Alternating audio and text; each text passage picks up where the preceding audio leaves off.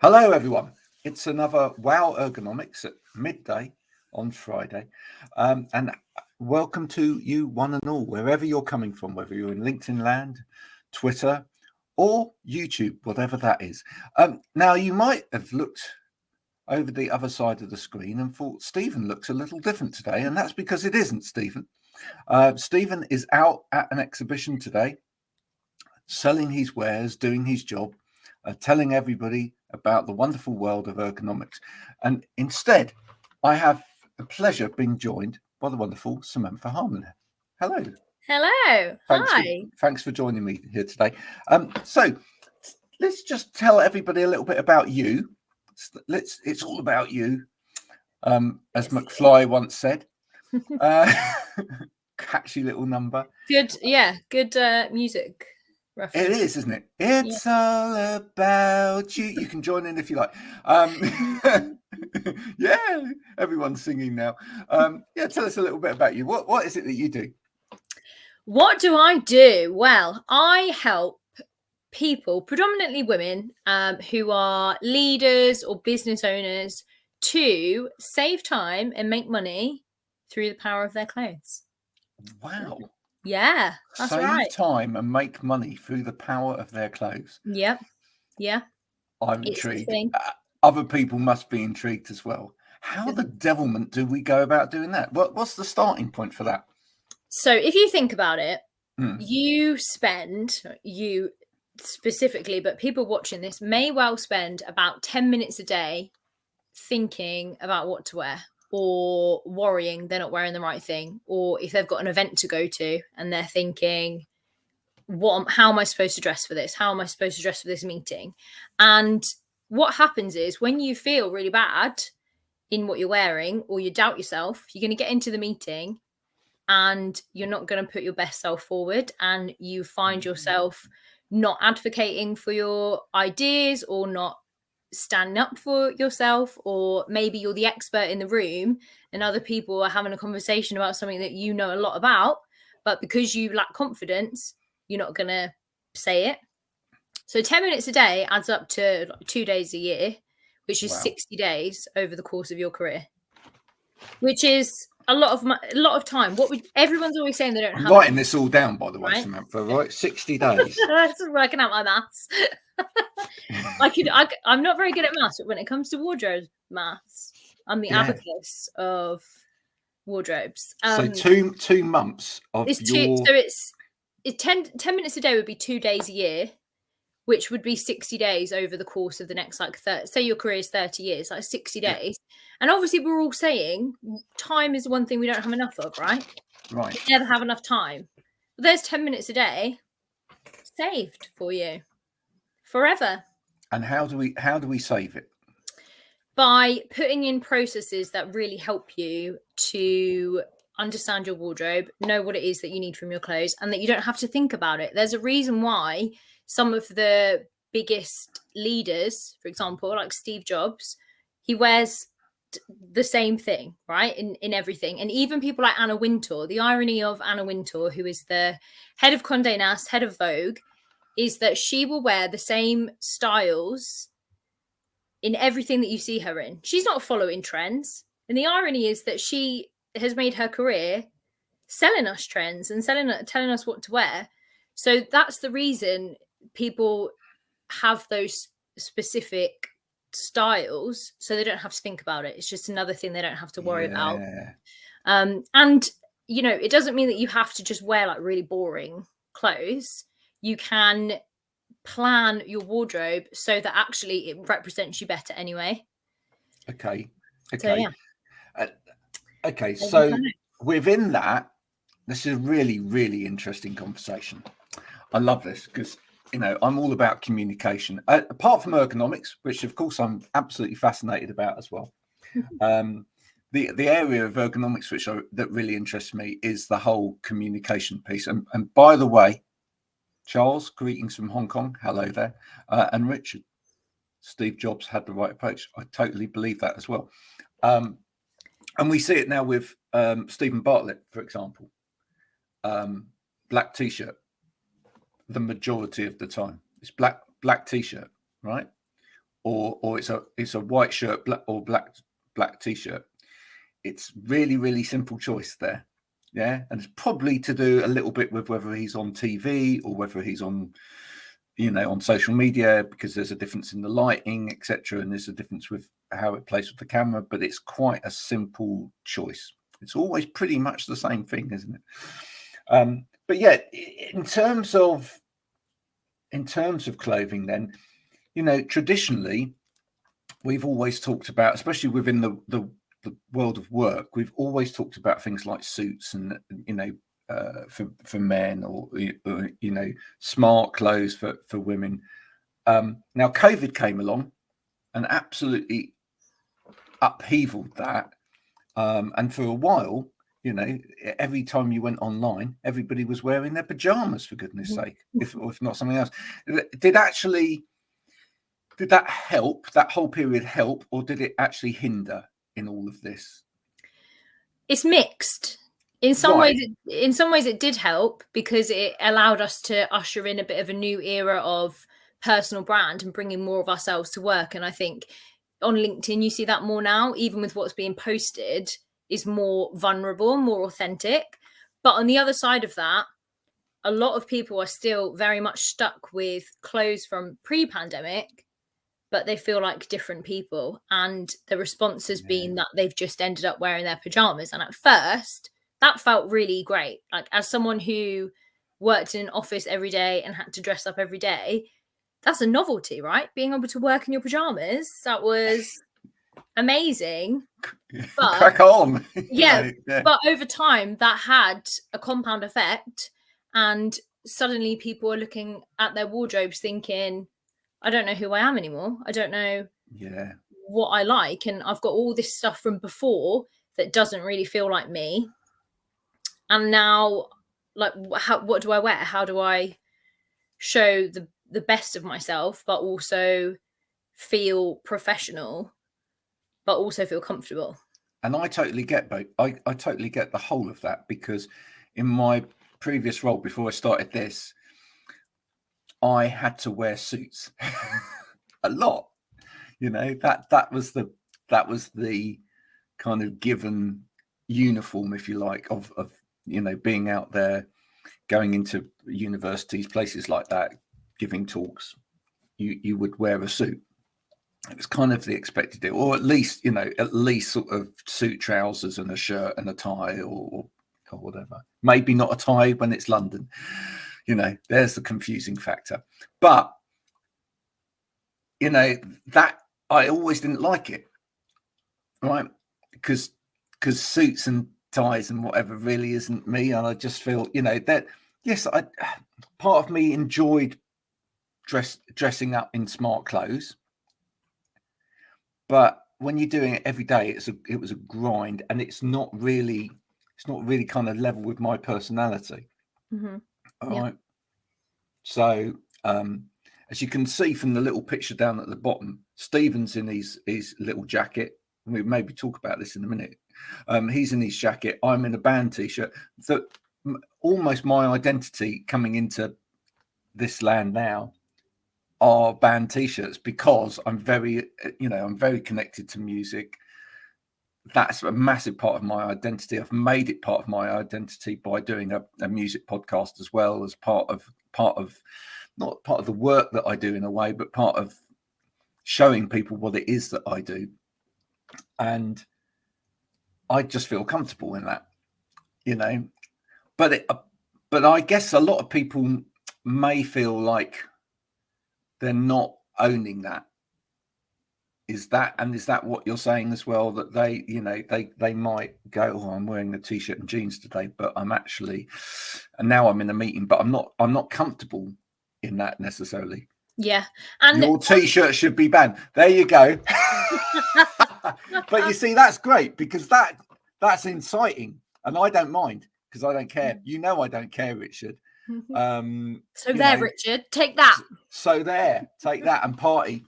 But no, Richard's lovely, and I would just let Richard know there are no pigeons outside today. Sorry, Richard. That's just a little thing we have with Richard. Now, so yeah, I mean, a lot of people kind of in that kind of contradiction. Yeah. They are, because as with everything online, everything's so polarized, right? It's like you have to go onto this one particular hill of something and die on the hill, and you can't ever see the other side. And at the moment, there is a lot of talk of, just, if you want to wear a tracksuit, which is great.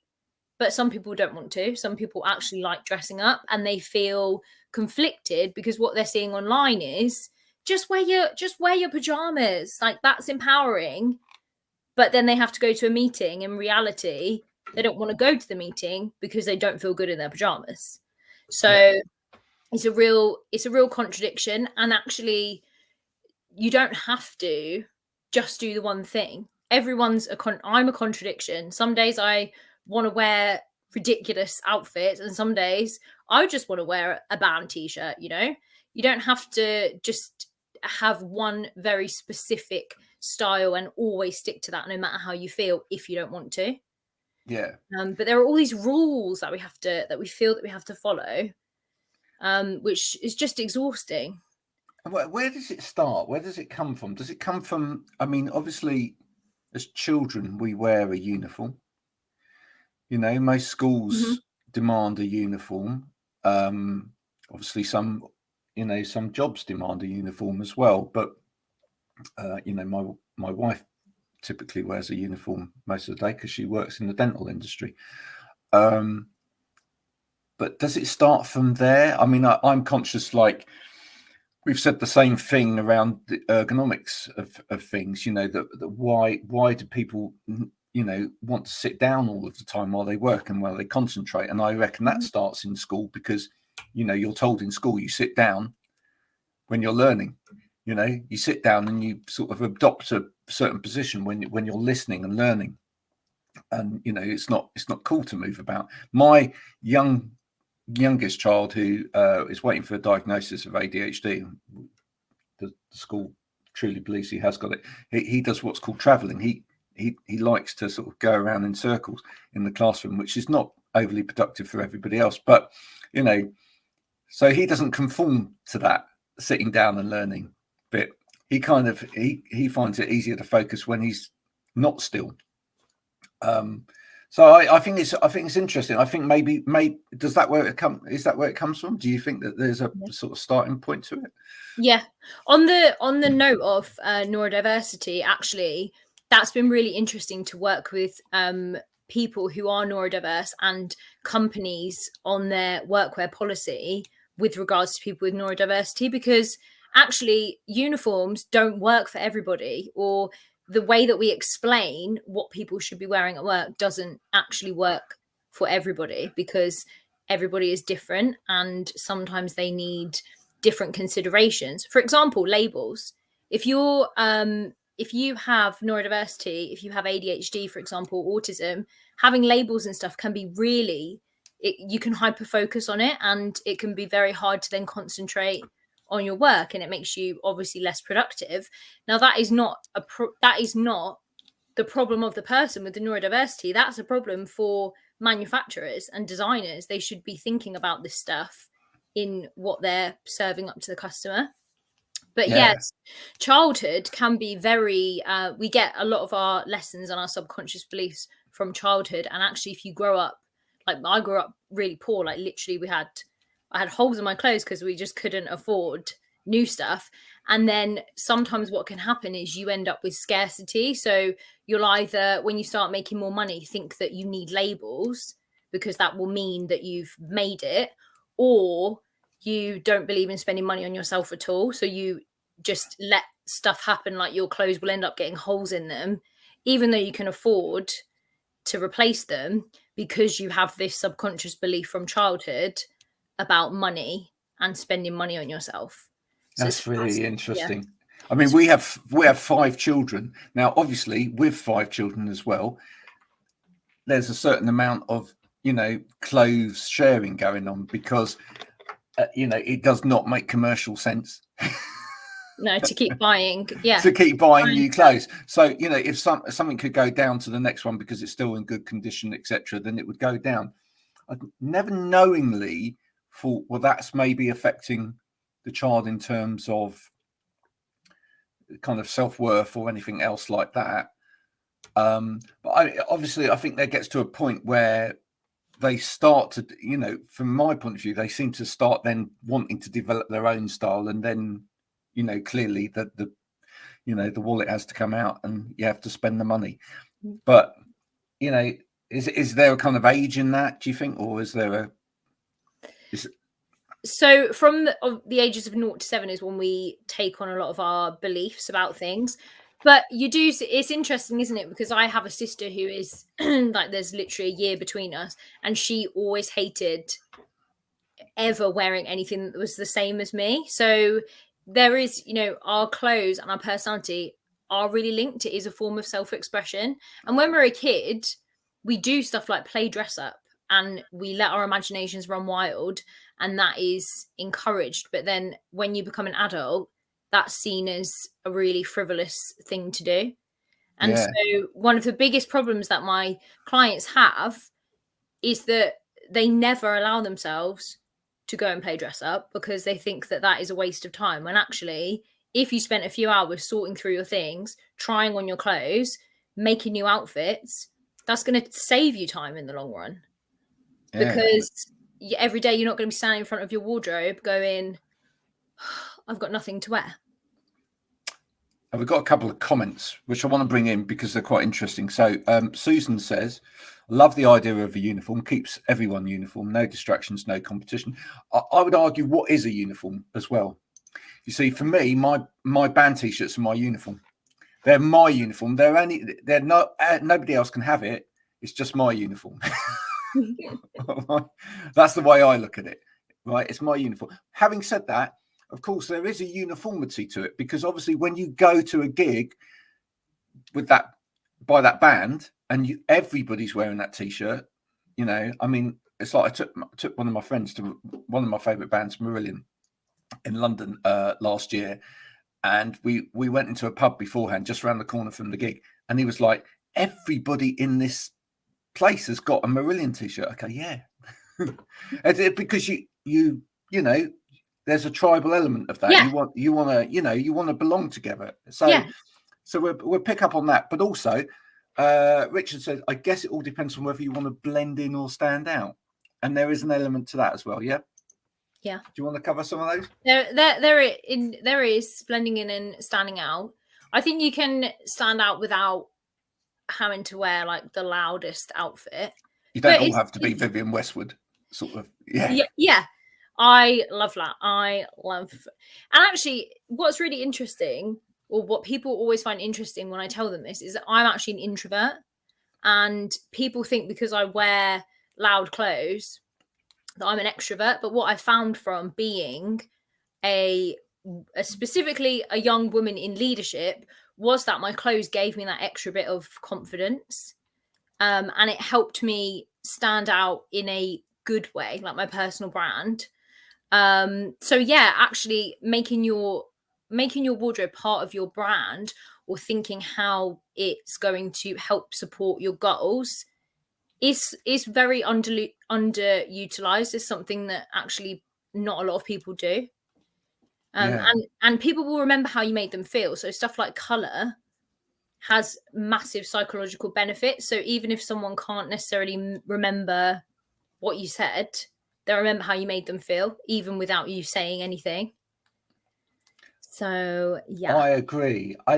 Now, on the uniform side of things, just going back to my previous job, we did have, when we went to do exhibitions and stuff like that, we had polo shirts, etc., with the brand on, and I insisted on bright colors because I love bright colors. Right now, that I felt comfortable with. Yeah, and I'm guessing a lot of people might feel comfortable with that sort of thing. When it's in a situation where you want to be feeling part of a team, etc. And for me, maybe it's about spaces, part of this as well, about what space you're in or inhabiting at a particular time, in order, do you feel comfortable in the uniform or not? Going back to the schools, one of the reasons that schools do the uniform thing is because obviously it doesn't show any kind of separation of wealth or anything like that. but also it does presumably then sort of bond people together. They you know, they are aware that they're all together in that space. Yeah, and they're all sort of, you know, part of a team, as it were. So maybe there's some good stuff to uniforms, but I think sometimes, you know, if it becomes too controlling and stifles your personality, that's when it's a problem. Maybe. Yeah, I have actually had clients who've had that, where they have a uniform and then they feel that they've lost their sense of identity outside of work, because what we wear, there's something called enclothed cognition, which is where what you wear, basically you take on the identity of. So in a study, they gave 2 different groups a lab coat. Well, they told one group that it was a lab coat and one coat that it was a painter's overalls. And the group that they gave the lab coat to performed significantly better in a series of tests than those who they told it was a painter's uniform. So we actually take on the identity of what we wear. And so if you're spending most of your time in a uniform, sometimes you lose who you are outside of that, which is something that I've had quite a few clients have had that problem. Susan's making all the best comments today. Well, actually, Richard, Susan wins comments of the day. Yeah. You might win comments of the day. It's your being that should stand out, not your clothes. My opinion only. Let's come back to that in a second. Also, our orthodontist office had a fabulous idea. Everybody wore the same color on certain days. Monday's purple, Tuesday's green. You loved it. Okay, that's interesting, because I personally wouldn't love that. And the reason I wouldn't love that is because it's I have an aversion to people being told to do certain things and follow a certain path, because I think it then restricts their own personal creativity and personality. But that's just me. Maybe I'm a punk. Maybe I'm a rebel in that respect. But you know, for me, it's the same as when I see LinkedIn gurus on LinkedIn say, and I've posted about this several times, you know, on Monday, here's some ideas for the next week. On Monday, post about this. On Tuesday, post about this. On Wednesday, post about this. And I'm sitting there thinking, well, hang on. If everybody does that, then where's everybody's personality? Where do we see the authenticity in anybody's posting? And normally those people are also at the same time telling everyone to be authentic. Well, how can you be authentic if you're following everybody else? Yeah. So there's my view on that. But about the clothes standing out, or you should be standing out, not your clothes. I agree, but then right from a young age, I remember like one of my best friends always had amazing clothes, right? And you always noticed his clothes first in everything he did. And I don't think you can help but notice somebody's clothes in a way. And if it's surely sometimes the clothes become an extension of someone's personality anyway. Yeah, that's maybe where I'm going with that. Richard said, I agree with Susan, but the two, you and what you wear, are inextricably linked. Yeah. So basically what I was saying. Yeah. Do you agree?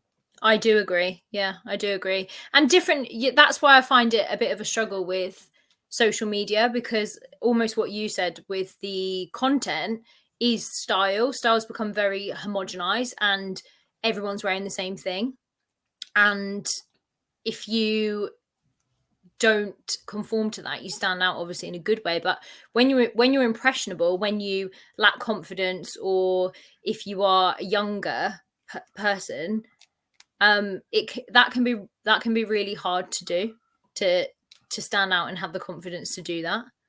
And we see, you know, the shops at the moment, they're all full of the same stuff. A lot of clients will say to me, I just can't, can you help me find things, because I just don't know where to look, because I walk into a shop and everything's the same and everybody's dressed the same. So as much as social media has been really good for diversity in terms of different voices, different body types, all that kind of stuff, it has actually made what we wear really samey, I personally think.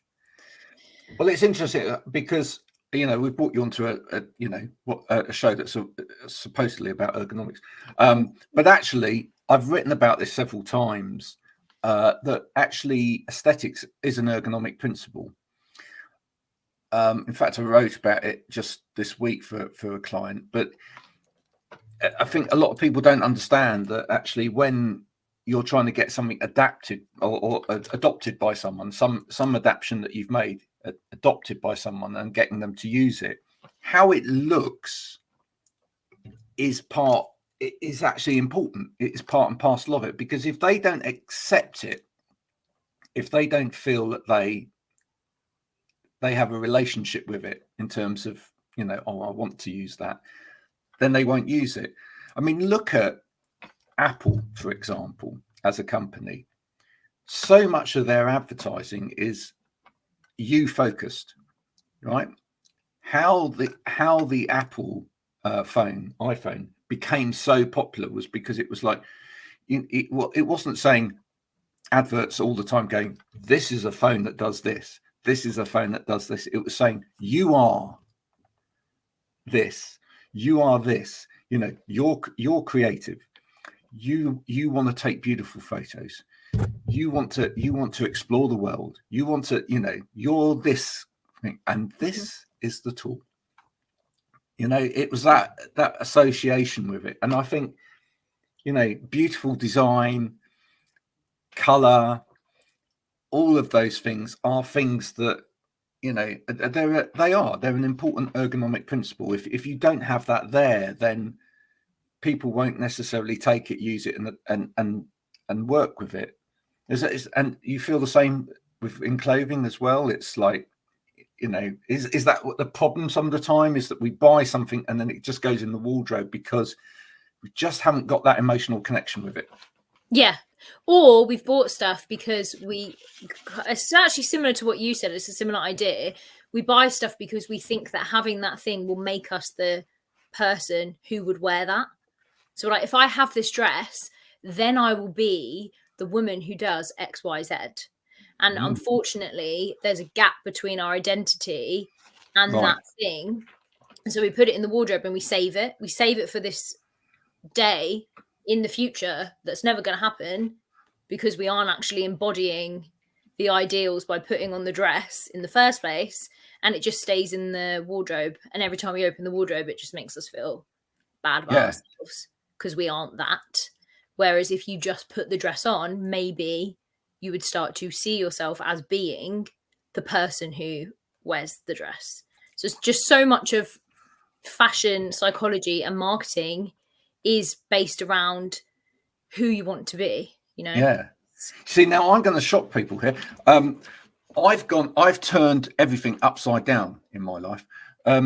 Previously, when I was working for a company, etc., I wore suits, as I said, or smart clothes most of the week, and then at the weekend I not wear those because it's not practical a lot, especially around kids, and that's, I'd had enough of wearing that all week. Now actually I do the opposite now. Quite often at weekends I might dress up. I might actually wear smarter stuff. Sorry to tell you that, folks, but yeah, sometimes if you want to see me wearing smart shirts and things, that's at the weekend.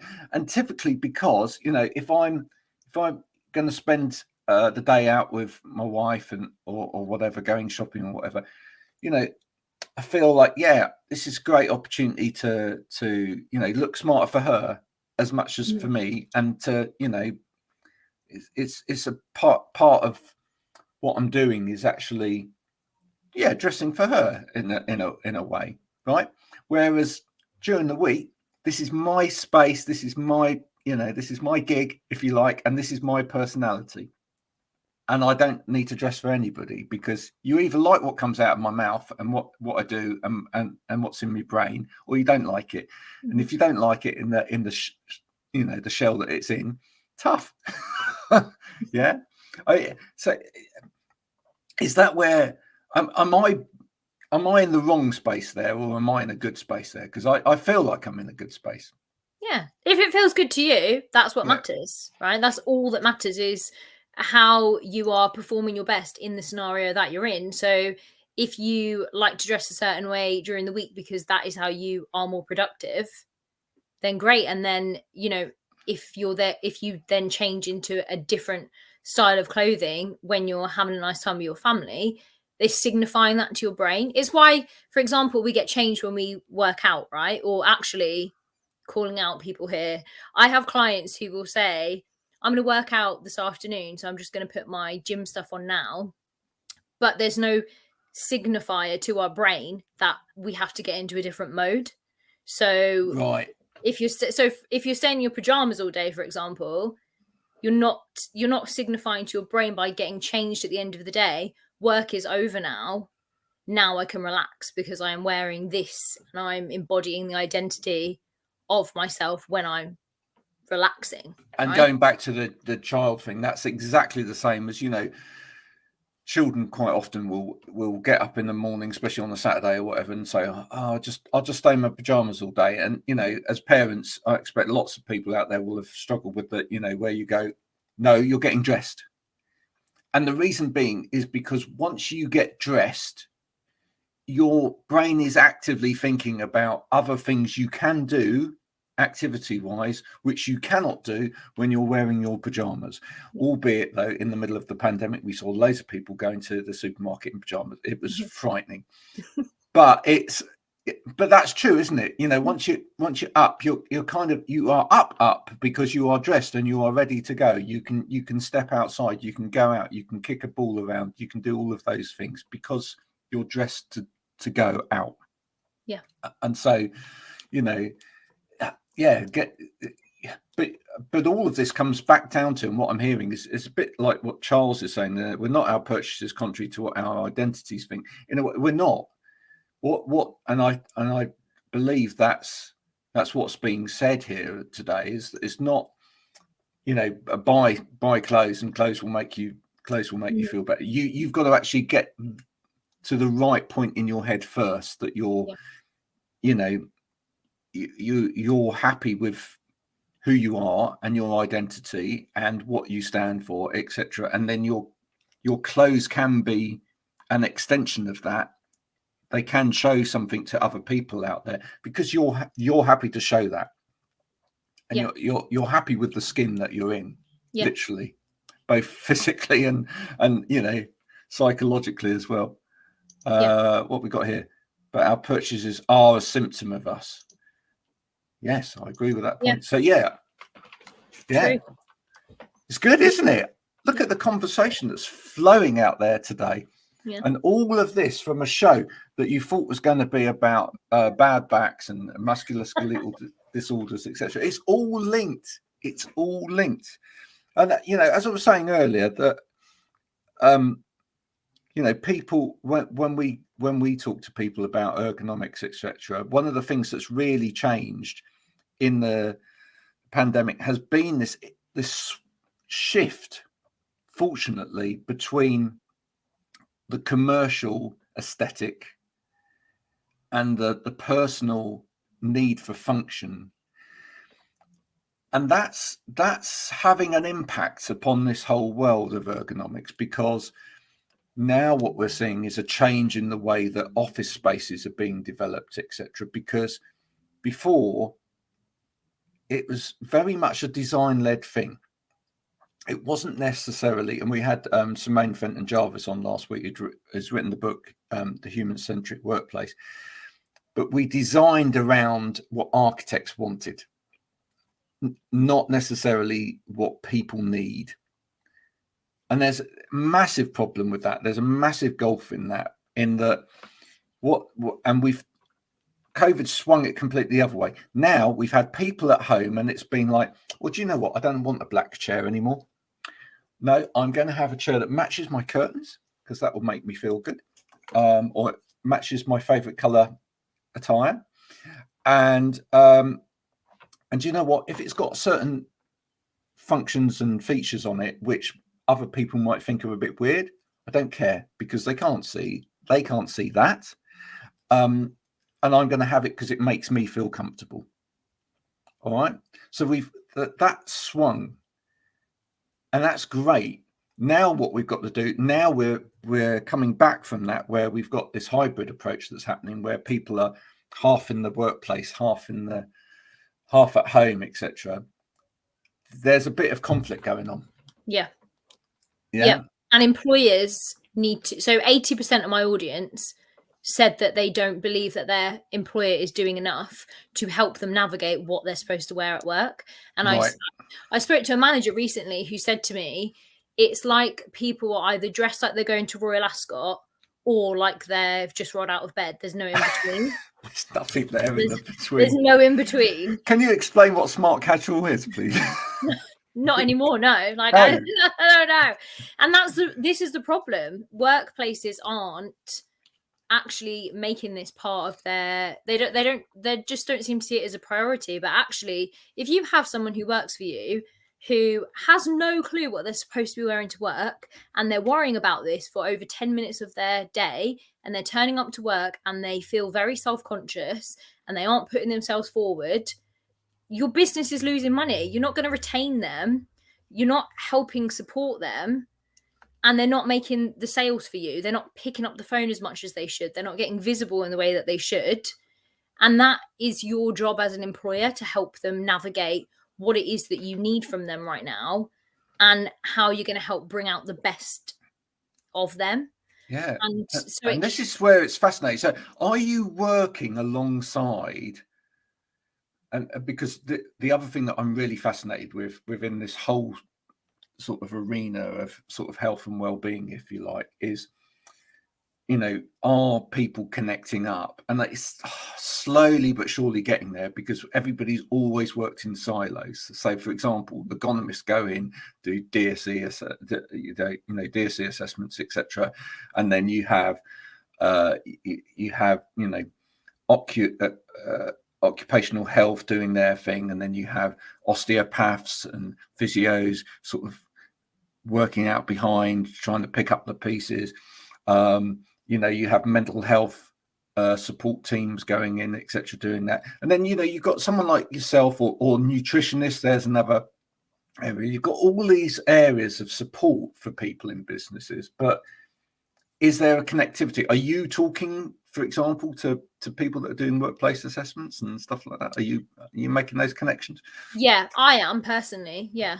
But a lot of workplaces aren't actually interested in having this conversation and even understanding like how actually this is part of employee well-being. It is getting better, but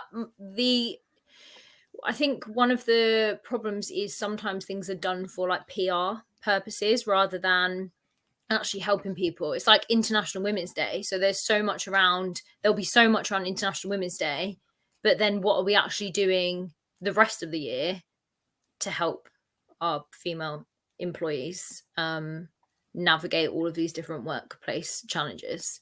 So yes, I am personally talking to people that do leadership and development and well-being. There's a lot of stuff around the menopause at the moment as well. But it's very much, obviously, and I'm sure this is the same for everybody who works with corporates, very much me having to be like, hi, pushing the conversation. Yeah. Rather than anyone in leadership being like, you know what, we have an issue here with like looking around their workplace and going, okay, well, Brenda's looking like she's going to a wedding. Susan's like dressed as if she's like been through a hurricane. There's no proactivity to it. No. And a lot of the time they might just think we've got a higher priority. There's something else there's Andy going past. Hi, Andy. Yeah, give him a mention. Andy's my gig buddy. He goes to gigs with me occasionally. So there we go. But yeah, I think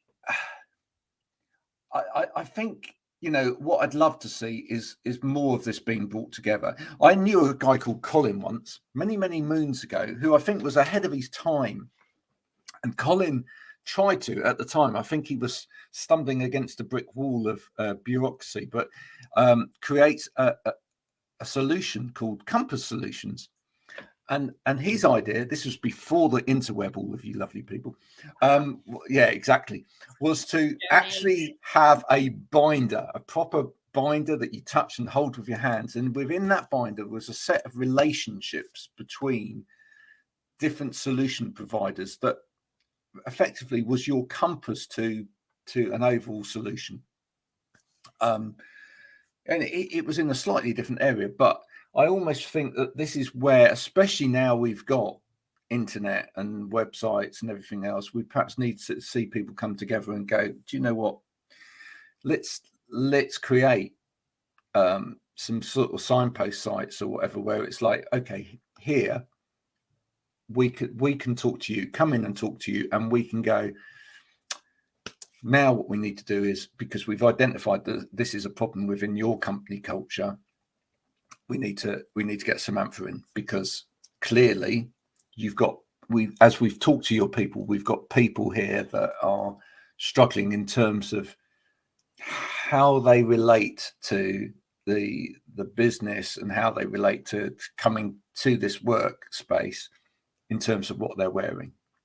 And if we can solve that, then we really help on a lot of aspects, including mental health aspects, etc. And then that can help this team over here who are dealing with, specific mental health issues, etc. But because there's a huge amount of connectivity between all of these aspects, and I don't think you can pull them apart and see them as separate entities from each other anymore. I mean, that's why I've always enjoyed anything to do with humans. We are complex creatures. I think sometimes we try and systematically make humans into things that we can understand in little boxes or little silos, and it just doesn't work. So it's been great to have you on today to have this conversation.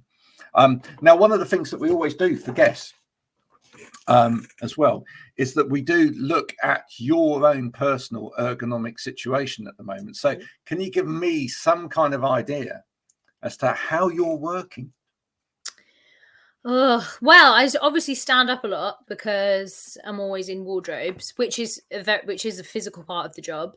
So I am trying to do a lot more strength training and stuff like that.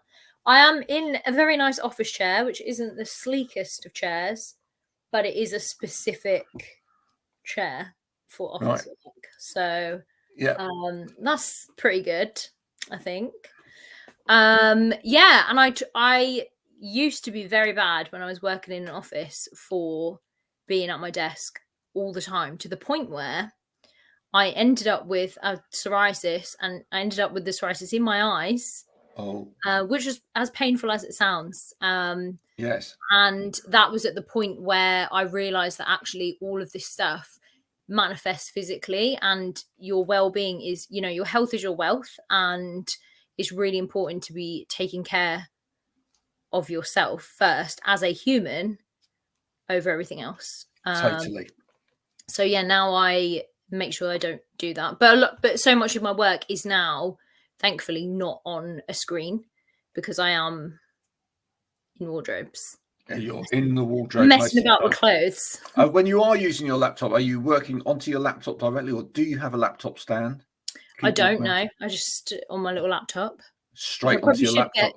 Probably should get a stand, shouldn't I? And you definitely therefore need a stand. So what I want you to do is the wonderful Backer Elkhuizen, whose name is up there, who sponsored the show and who Stephen works for, they are manufacturers of said equipment. So what I want you to do before we disappear off into the ether for forever and ever, if you could take a photo for me of your current working situation and send it through to me, we will sort you out something to really help on that side of things. All right. So you will all be sorted. Okay.